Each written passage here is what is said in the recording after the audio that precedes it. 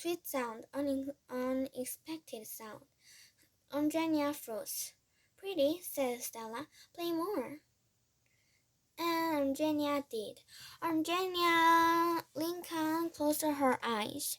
She squeezed the box and pushed the keys down and felt a song. Sorry, where was I? Sorry, I am really sorry.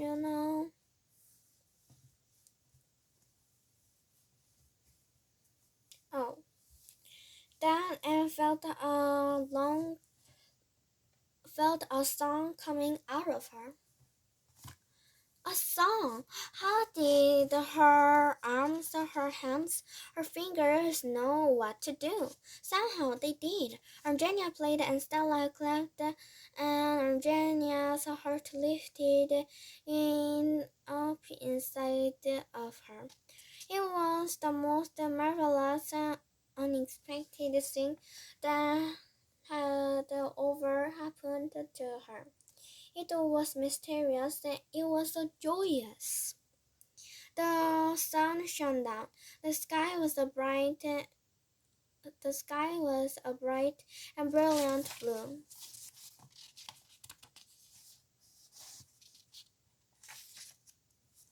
Eugenia Lincoln played the accordion, and when she stopped, Stella said, "You can't burn it, or bury it, or throw it out of sea.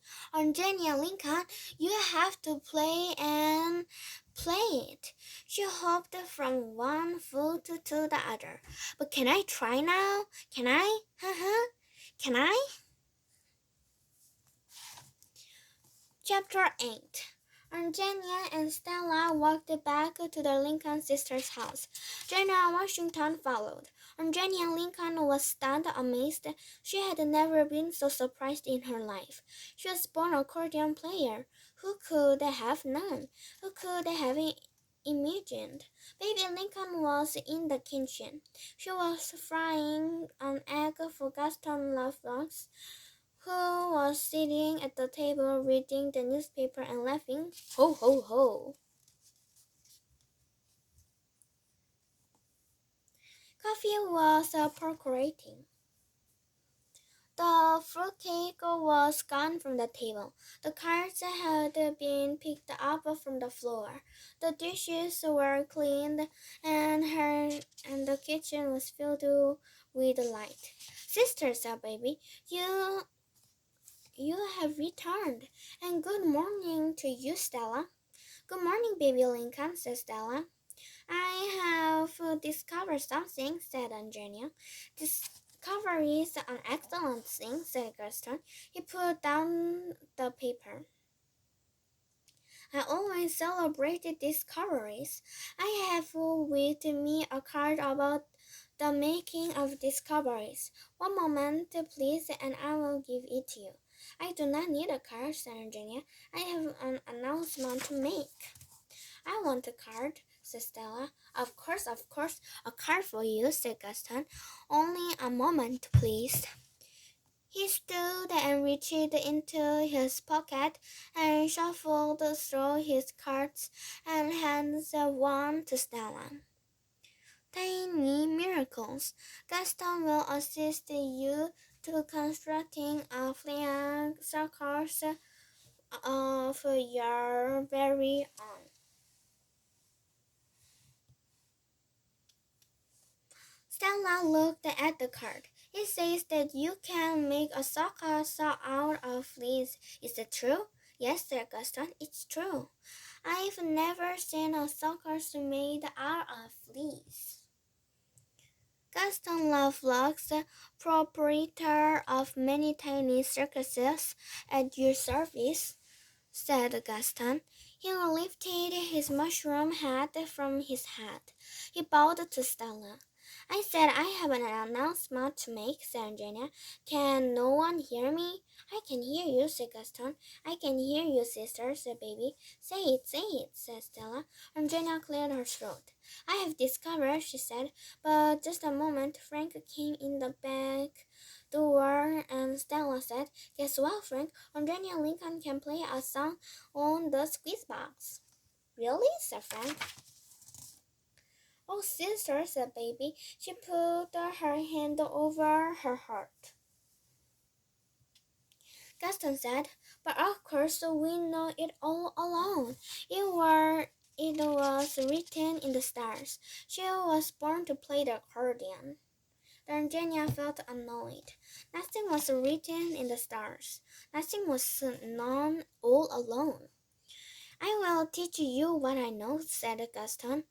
"I will teach you all the songs, and you will practice, and you will become a great and happy accordion player." The back door opened again and Mrs. Watson entered, following by the pig. Good morning to all," trilled Mrs. Watson. The pig oinked. "Didn't people knock any more?" Everyone just waltzed right in the door and made themselves at home. Eugenia's happiness was evaporating. The world had not changed. Of course, it had not changed. It was still the same chaotic, unpredictable, unrealized place. We'll do great things together," said Gaston. "We will work together, but first, the pig and I must go to the woods in the search of truffles." "Truffles," said Eugenia. "Truffles," said Gaston. He put his fingers on the lips and kissed them.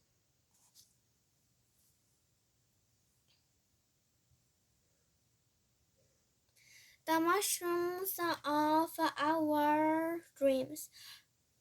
Mercy will find them. We will go together in pursuit of the truffles, and when we return, the accordion lessons will commence." "I am not pursuing truffles," said Eugenia. "I want to go," said Stella. "So do I," said Frank. Soon everyone was gone, and it was just Eugenia and General Washington and the accordion. Eugenia stood in a patch of sun. She put her face up to the light. What if it had been a mistake, a random occurrence? What if she couldn't play the accordion? She squeezed the box. She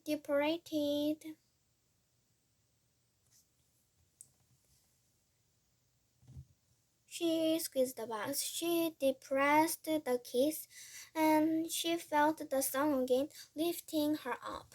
It was still there. Eugenia Lincoln stood in the kitchen and played music.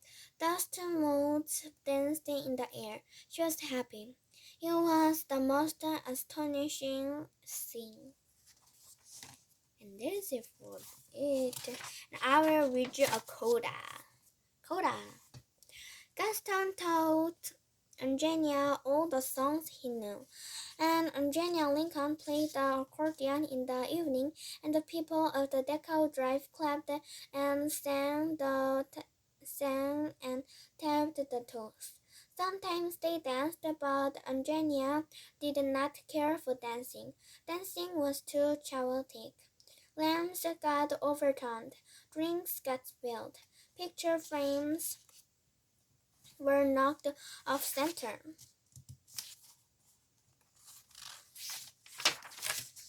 "Please contain yourself," she shouted over the music. Sometimes they contained themselves, and sometimes they didn't.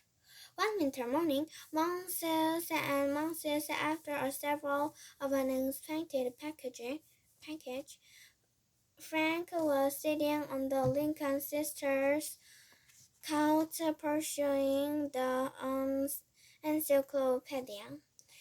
He, he turned the page and uncounted the letter J. He turned the page again, and a piece of paper fluttered out of the encyclopedia and fell to the ground. He bent to pick it up. It was an art from the whistling trap small car company. He said, "Great joy and be found in the accordion." Someone had underlined the word joy, and then in a shaky, hopeful hand that someone had written, "Perhaps for sister?" "Oh," said Frank. From the kitchen came the sound of accordion music, a low, sweet tune. "Miss Lincoln," said Frank, "I've solved the mystery." The accordion music stopped. Eugenia came into the living room. "Did you see something?" she said. "Never mind," said Frank. "It doesn't matter." "Very well," said Eugenia. She sat down in the chair across from the Frank. "What are you learning from the encyclopedia?" she said. "This and that," said Frank. Eugenia nodded. She began to play the accordion again, and outside the Lincoln's sister's house it started to snow. Wow, a really beautiful thing, isn't it? Yes, I think you had loved what I think you had loved this story, I guess. And did you enjoy this book? I had really enjoyed this book, and I think the Eugenia was a mad woman, always a mad woman, but when she plays the encyclopedia, I think she becomes a good person. So have a good rest of the day. Bye bye.